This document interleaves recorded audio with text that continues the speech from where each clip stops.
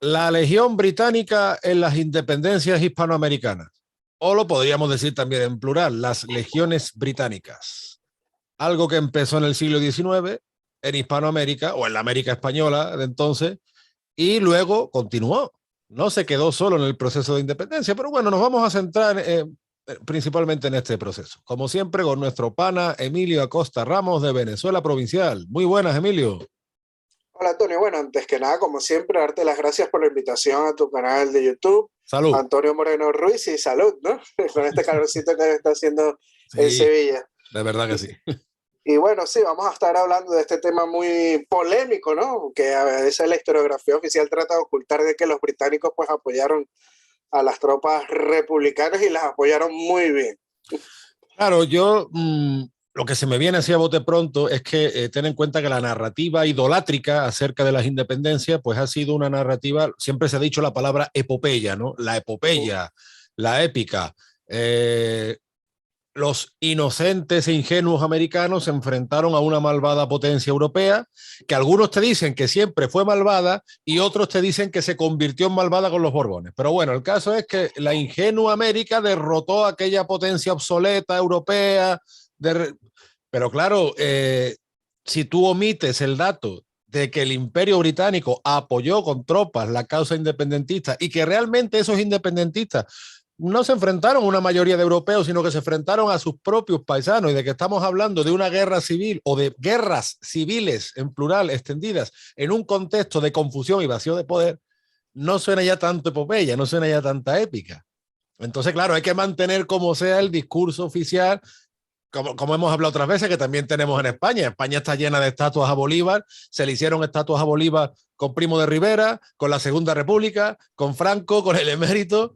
Entonces, aquí se ha mantenido machaconamente el mismo discurso, ocultándose estos hechos tan importantes. Por un lado, la participación británica y por otro lado, pues que la gran mayoría de los realistas eran americanos. De hecho, hay un hecho histórico, valga la redundancia, de que, por ejemplo, los indios guajiros se Ujú. enfrentaron a la Legión Británica, los indios partidarios de los realistas y los británicos de los independentistas. O sea que así fue, ¿no?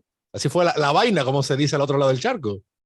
Sí, totalmente. Y una fuente muy primordial para esa invasión británica, de la Legión Británica a la península Guajira, es Francis Burdett O'Connor, el irlandés, que fue comandante de estas tropas británicas ahí en la península Guajira.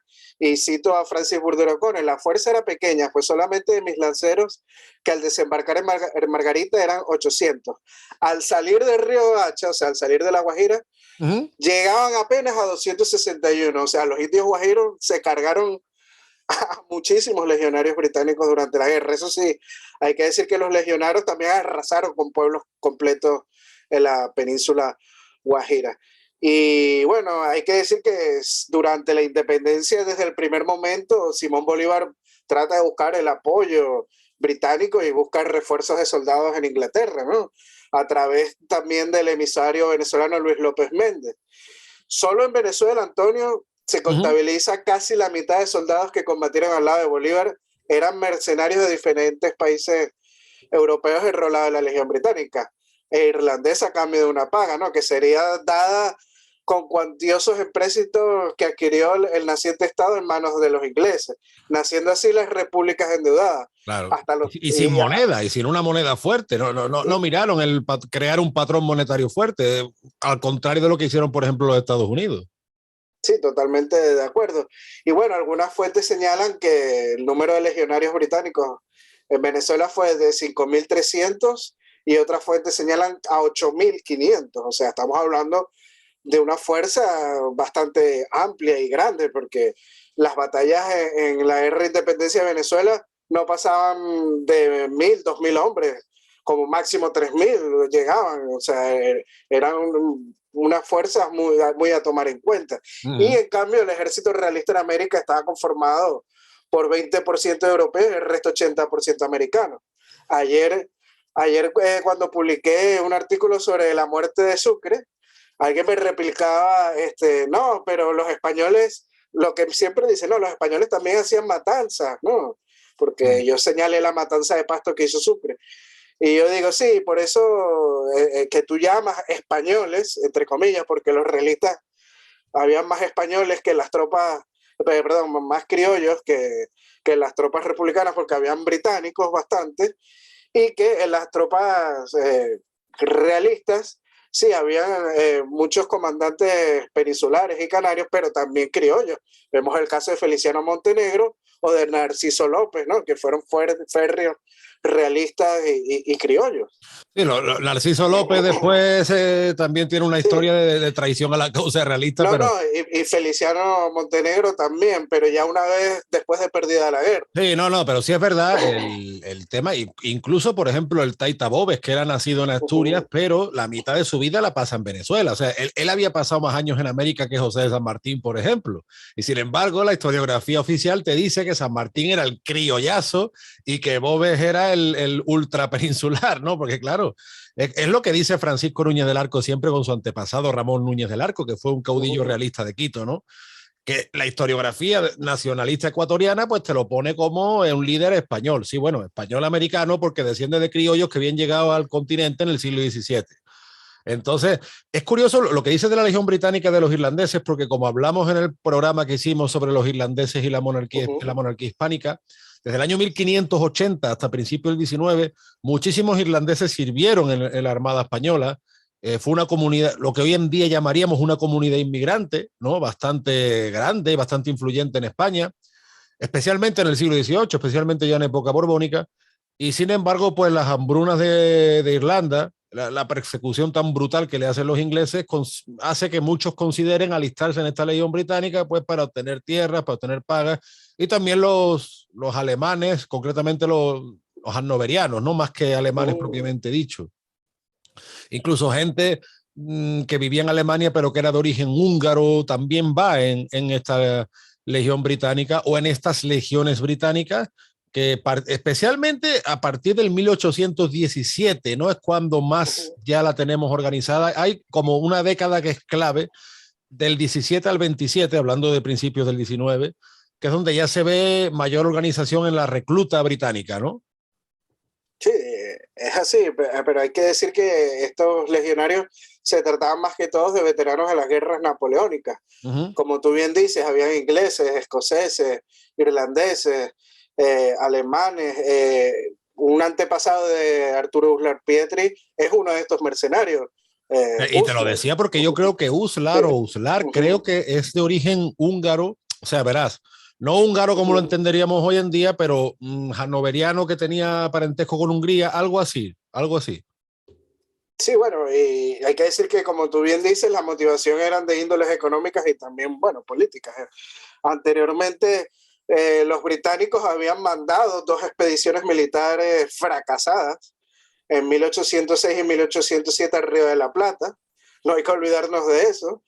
También ayudaron en 1806 a Francisco de Miranda a invadir Venezuela en el marco de la guerra anglo-española. Aunque como tú bien dices, bueno, a partir de 1809 el Reino Unido ayuda a expulsar de la península ibérica a las tropas de Napoleón, el Parlamento ayuda inglés. muy entre comillas, pues fue lo peor claro, que le pudo pasar a España, sin duda. Sí, porque destruyeron toda la industria que había en la península ibérica. Y bueno, el Parlamento inglés solía expresar en sus sesiones que no podían dejar que España mantuviera su imperio, ¿no? A pesar de firmar pactos en el Congreso de Viena. Lo cierto es que, bueno, el gobierno británico apoyó de bajo cuerda a los insurgentes, de eso no hay duda. No obstante, hacen declaraciones contradictorias en el Parlamento inglés, señalando de mercenarios a los legionarios y a los libertadores. En otras, pues no, muchos de estos serían después reincorporados luego con iguales rangos en las Fuerzas Armadas británicas. O sea, que de la lengua para afuera es que le decían mercenarios porque después los aceptaron otra vez en su fuerza armada, ¿no? Claro, es lo que se dice, no, oficialmente Inglaterra no tenía interés en apoyar las independencias. Hombre, sí es verdad que si uno mira ciertos documentos oficiales se puede desprender eso, pero después los hechos dicen otra cosa. El mismo Wellington decía solidarizarse con España y él mismo sabía que se estaban enviando tropas a Hispanoamérica, o sea que verá que fue una pantomima. Como decimos, lo peor que le pudo pasar a España fue entre la invasión napoleónica y la supuesta ayuda inglesa, porque el Imperio Británico desde el siglo XVIII se había trazado su plan para humillar a España, ya tenían la consigna de que a España hay que vencerla en América y no en Europa, pero todos los intentos de conquista militar habían fracasado. Fracasaron en Cartagena de India, Bernardo de Galvez le dio una grandísima lección en Norteamérica, en el Río de la Plata fue un fracaso absoluto, y ya pues cuando Napoleón entró vieron la gran oportunidad para establecerse y ellos sabían que no iban a asimilar a esa población, que eso ya era inasimilable. Por tanto, su idea de penetración era más económica y más utilitarista que más una incorporación, ¿no?, de política o poblacional. Que si te fijas, fue muy parecido a lo que hicieron los Estados Unidos con México. Estados Unidos podría haber llegado a la Ciudad de México o al Yucatán o lo que fuera, pero ellos no querían asimilar esa población porque decían que era una población india, subdesarrollada. Entonces, claro, los británicos ya comprenden que la conquista militar es inviable en la América española. Entonces, ven la gran oportunidad cuando Napoleón, justo en el año que la monarquía hispánica iba a hacer su reforma política que nos hubiera convertido en una especie de mancomunidad o de Commonwealth, pues justo ahí, entre Napoleón y la supuesta ayuda inglesa, pues ya las consecuencias en los virreinatos americanos fueron terribles. Es curioso, voy a compartir un dato, Emilio, que lo ponía Luis Corcio Talora, historiador colombiano, que en paz descanse, y también el amigo Francisco Núñez del Arco. Cuando hablamos de las independencias como epopeya, como épica, además como el criollismo, digamos, como ideología, no el criollismo como una poderosa cultura, no, no. Cuando tú utilizas el criollismo como ideología, lo que hemos expuesto antes de San Martín, gran criollo, y Boves, ¿no? Peninsularazo, vamos a decirlo así, ¿no? Pero sin embargo, el general Joaquín Posada Gutiérrez, que fue un general bolivariano, teniente de Bolívar, en sus memorias histórico-políticas que se recogen en Bogotá en 1881, concretamente en la página 301, dice: he dicho poblaciones hostiles porque es preciso que se sepa que la independencia fue impopular en la generalidad de los habitantes, que las clases elevadas fueron las que hicieron la revolución, que los ejércitos españoles se componían de 4 de las 5 partes de hijos del país, que los indios en general fueron tenaces defensores del gobierno del reino, como que presentían que como tributarios eran más felices que lo que serían como ciudadanos de la República. Esto no lo digo yo, lo dice el general Joaquín Posada Gutiérrez. Hay otro, Francisco, por ejemplo, Núñez, dice, ¿no?, la imagen del Capitolio de Caracas, cuando él dice: en la imagen nótese la bandera británica dentro del óvalo rojo, en el barco, el traslado de los restos del llamado Libertador, ¿no? El artista venezolano Carmelo Fernández fue designado por el gobierno venezolano para acompañar a la comisión oficial que viajó en 1842 a Santa Marta, República de Colombia, a fin de conducir al suelo natal las cenizas del llamado Libertador. A Fernández se le encomendó la misión de dibujar las escenas más notables de la ceremonia.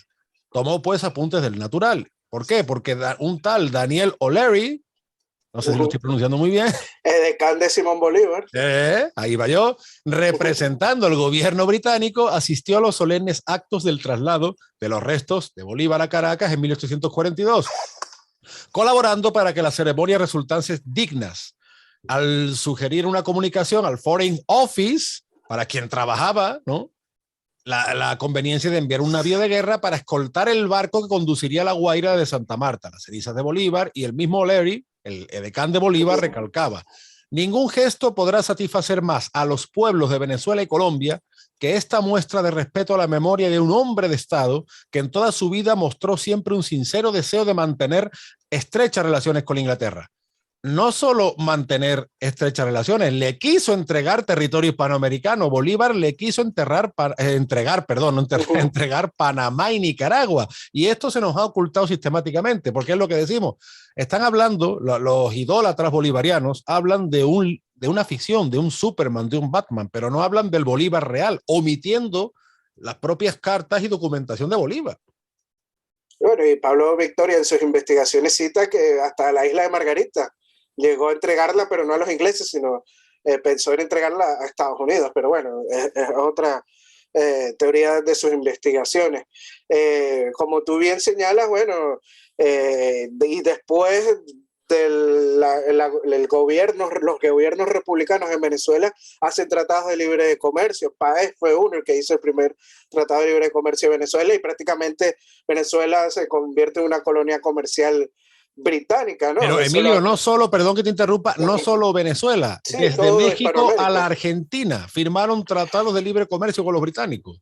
Sí, correcto. Libre comercio, sí, muy entre comillas. Sí, un libre comercio que no pagaban ni aduanas ni impuestos y le daban concesiones de minas sin aportar nada, nada más aportaban un dinerito en los bolsillos de los gobernantes, pero eso no llegaba a la población. Y las repúblicas endeudadas desde antes de empezar a andar. Exacto, de eso yo grabé un podcast con John Ricaute, que se lo recomiendo a la gente, está aquí en el canal de Venezuela Provincial, que por cierto, John Ricaute dice como que desde 1817 la guerra se internacionaliza, y es por esto, porque las fuerzas expedicionarias británicas zarparon desde Londres desde 1817 a 1819 y llegaron a las costas de Venezuela en grandes cantidades. Vamos a citar algunas acciones resaltantes de la Legión Británica en Venezuela. En julio de 1819, las tropas de James English toman el fortín de la Magdalena y Barcelona.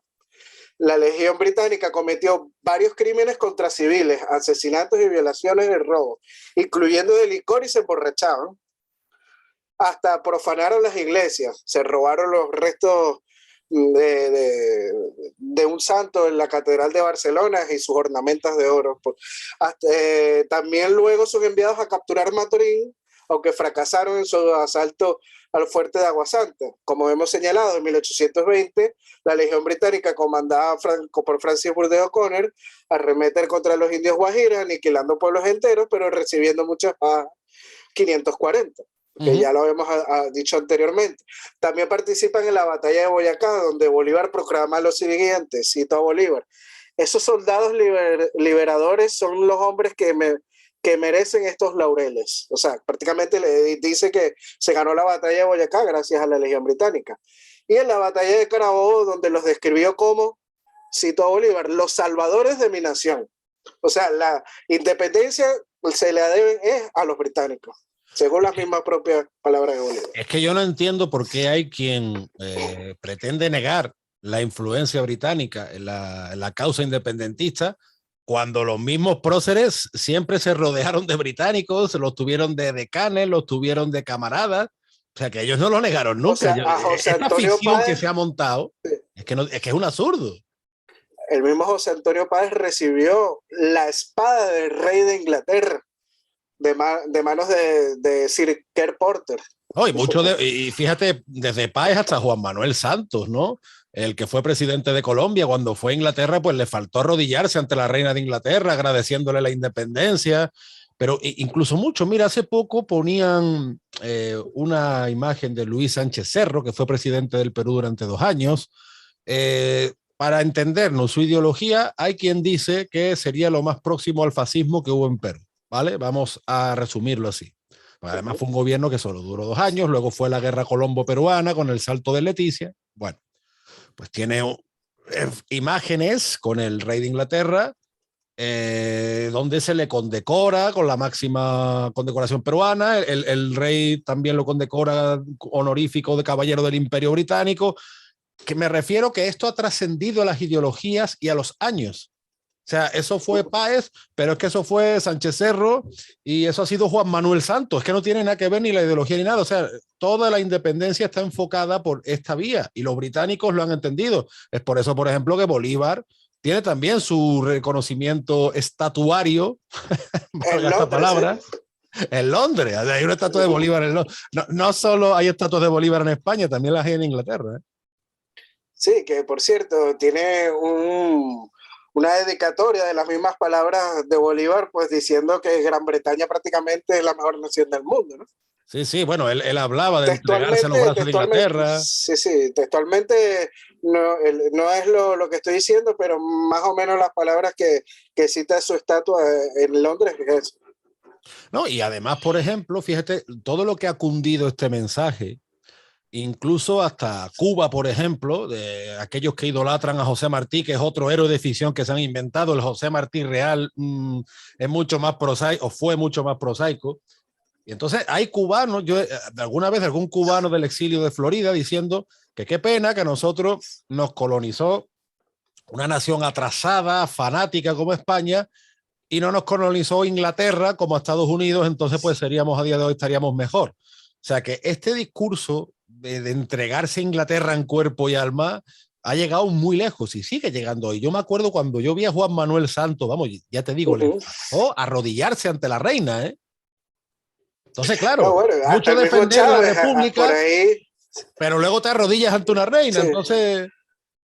No, hasta el mismo Chávez, cuando fue a visitar a la reina de Inglaterra y en Londres, le hacía así como para abrazarla. Obviamente por protocolo no podías abrazarla, ¿no? Pero casi que un abrazo, mi querida reina de Inglaterra, ¿no? O sea, pero bueno, son cosas que la propaganda anti-española de la leyenda negra pues ha calado desde hace más de 200 años en la población hispana, no solo en Hispanoamérica, sino también aquí en España. Y fíjate que el tema de la Legión Británica no se queda ahí, ¿no? Porque, bueno, la Legión Británica incluso es enviada, se envían británicos también a Perú a pelear contra los realistas peruanos, ¿no?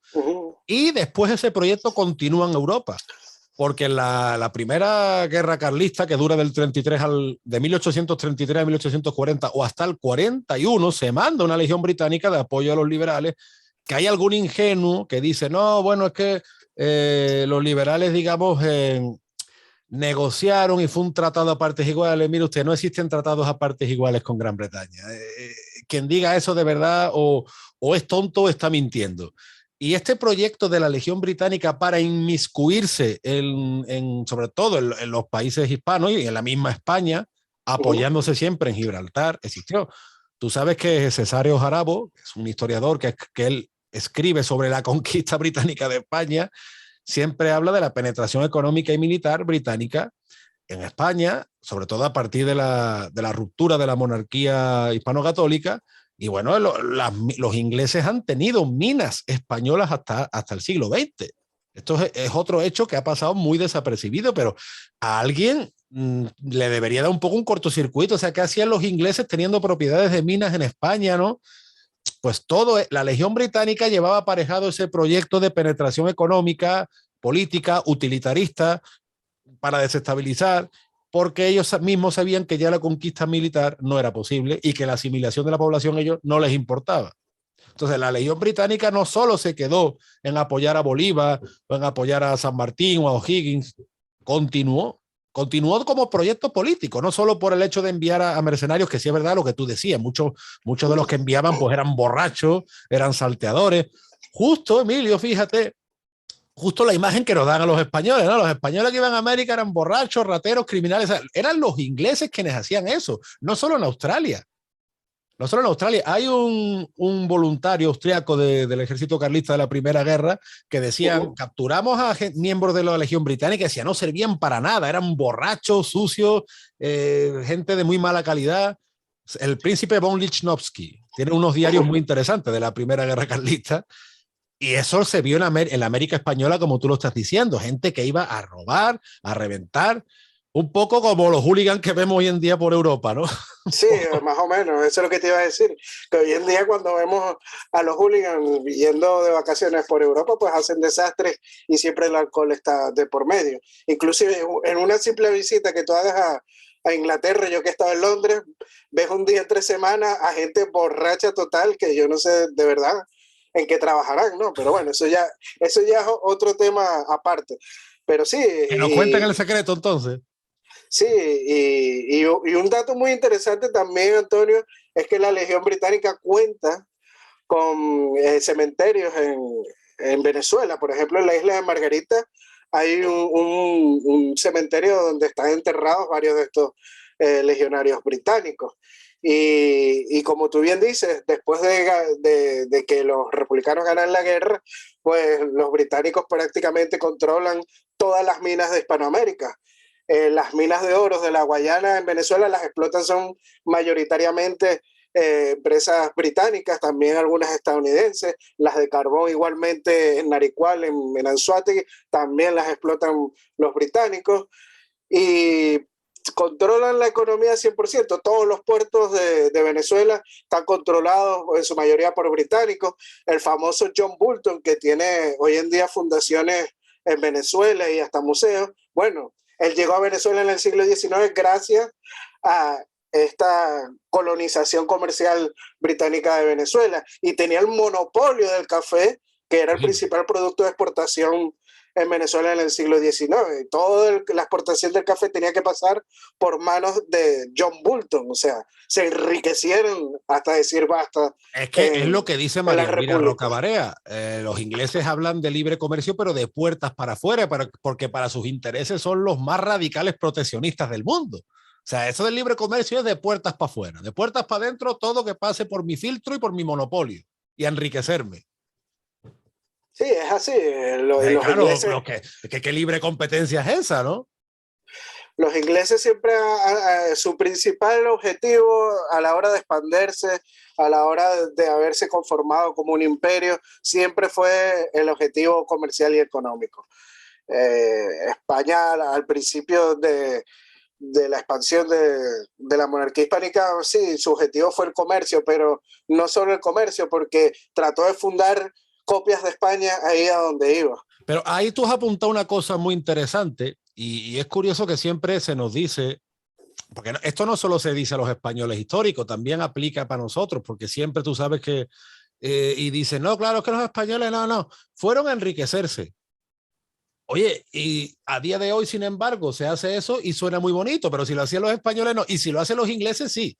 Pero si lo hacían los españoles, no. Entonces, a ese punto de dominio psicológico llega la leyenda negra, que todo lo que hace el inglés es bueno y que todo lo que hace el español es malo, pero no desde un punto de vista indigenista solamente, o de izquierda, si lo queremos llamar así. Porque yo he escuchado mucha gente que se dice bueno, liberal, libertario, de derecha, como se quiera decir, ¿no? Términos que al fin y al cabo significan muy poco. No, y te dicen eso. No hay que hablar de leyenda rosa porque los españoles fueron a por riqueza. Bueno, ya, ¿y tus adorados ingleses a qué fueron? El que sale de su casa es para intentar mejorar, como salí yo y como saliste tú, ¿no? O sea, que es que a eso, a este extremo absurdo, llega el tema de la leyenda negra española asumida por muchísimos hispanos y los primeros que la asumimos somos los españoles. Sí, totalmente de acuerdo con lo que dices. Es más, o sea, y lo ves en la forma en que colonizó Inglaterra y la forma en que se expandió la monarquía hispánica. Inglaterra no pasaban de los puertos. Vemos las 13 colonias eran todas portuarias, nunca se quisieron adentrar al interior y si mandaban eran agentes comerciales a intercambiar pieles con los indígenas. Claro, pero la llamada talasocracia, el modelo fenicio talasocrático. Exacto, y en cambio la monarquía hispánica fue mucho más allá, ¿no? Se internó en las selvas, en Guayana, llegó inclusive al interior de Norteamérica, hasta Alaska, que en estos días vas a tener un podcast hablando de ese tema, sí, hasta la Patagonia, etcétera. Siempre fue, y cada vez que llegaba a un sitio, pues trataba de fundar una ciudad de la misma forma en que estaban fundadas en España.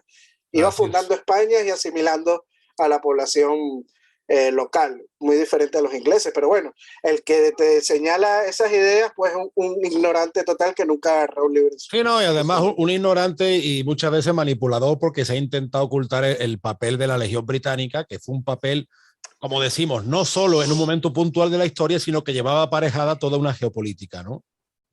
Sí, totalmente de acuerdo. Y es más, yo diría que sin el apoyo británico jamás las independencias se hubieran hecho. Y justamente cuando se internacionaliza la guerra de independencia, que también vienen las tropas expedicionarias de pacificación de Pablo Morillo, que son 15.000, pero de ahí no se mandaron más, se iba a mandar a Riego y no se pudo mandar más, pues ahí la balanza se decanta totalmente hacia los republicanos y los republicanos ganan la guerra de independencia. Claro, porque esas otras se nos dice que desde primera hora como que el 100% de la América española se quería independizar y que la guerra la tenían ganada, pero fueron guerras que duraron muchísimo tiempo precisamente por el gran apoyo popular que hubo a la causa realista, que era una causa sostenida por americanos. Lo que pasa es que, claro, esto desmonta la narrativa idolátrica nacionalista oficial. Pero bueno, Emilio, la verdad que es un tema muy interesante este tema de la Legión Británica. Como siempre, un placer hablar contigo. Estás sacando, oye, te felicito porque estás sacando muy buenos artículos de Venezuela Provincial. Hay que seguir a Emilio, ¿eh? En YouTube, en Facebook, en Instagram también estás, ¿verdad? Sí, correcto. Y también, bueno, seguir a Esa es mi Antonio eterna Moreno. asignatura pendiente del Instagram. Tienes que abrirlo pronto. Y bueno, seguir a Antonio Moreno Ruiz también en Facebook, que se llama Página de Antonio Moreno Ruiz. Ahora he cambiado el título, sí. Y bueno, en Twitter está como un andaluz indiano. También aquellos que quieren ser mecenas de tanto del proyecto de Antonio Moreno Ruiz como de Venezuela Provincial lo pueden saber a través de Patreon. Y mandamos saludos a nuestros Patreon que son Gabriela Hatewood, Juan Cristóbal García, Borja Ares y... José Alberto Gil Martínez. ya te lo aprendiste, ¿no? Ya sí, ¿no? Y a Hernán Ayuela y a más Patreons que tenemos. Vamos a ver si con el tiempo vamos planeando una cosita entre los Patreons, porque ahora la aplicación Zoom se está poniendo, en fin, se está poniendo apretadita la aplicación Zoom. Pero bueno, vamos a ver qué nos inventamos.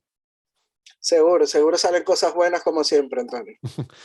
Listo, pana, pues te mando un abrazo desde el puerto y la Puerta de las Indias. Este miércoles, Dios mediante, en Sevilla, en La Revuelta, en la Plaza del Pan, bueno, llamada Plaza Jesús de la Pasión, pero en Sevilla todo el mundo la conoce Plaza del Pan, cerca de El Salvador. Tenemos un evento de flamenco y música y músicas en plural hispanoamericanas, de poesía y música para ir explicando esas similitudes. Así que, Dios mediante, seguimos siempre con nuestra gran historia hispanoamericana. Te mando un gran abrazo. Abrazo, Antonio. Chao, chao. Cuídate. Adiós.